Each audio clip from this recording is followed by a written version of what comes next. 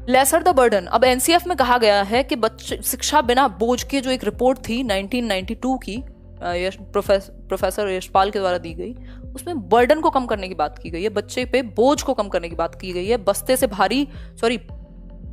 भारी बस्ता नहीं होना चाहिए। ठीक, तो बर्डन को कैसे कम करेंगे? जब फ्लेक्सिबिलिटी होगी, लचीलापन होगा। कहां लचीलापन होगा? किस चीज में? उनके डेली टाइम टेबल में। जो टाइम टेबल है वो लचीला पाया जाए, ऐसा नहीं है फिक्स्ड है, पहला पीरियड, दूसरा पीरियड, तीसरा पीरियड, नहीं, बदलते रहें। कुछ गेम्स वगैरह का भी उनको टाइम मिले, कभी फील्ड ट्रिप पे लेके जा रहे हो, कभी कोई एक्सपेरिमेंट करा रहे हो। रिजिडिटी नहीं होनी चाहिए टाइम टेबल में। याद रखिएगा, क्या नहीं होनी चाहिए? रिजिडिटी। रिजिड नहीं होना चाहिए। जैसे कई लोग रिजिड हो जाते हैं, नहीं हम तो जब तक हिंदी में वर्ड्स नहीं लिखे होंगे ना हमें समझ में नहीं आएगा, ऐसा उन्होंने मान लिया है।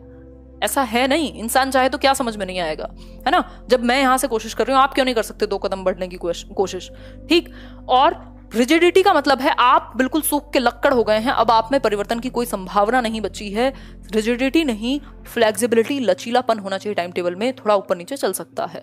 ठीक। फिर है is required in order to actually devote the days to teaching. ढंग की जरूरत होगी टाइम टेबल में, ना कि रिजिडिटी की।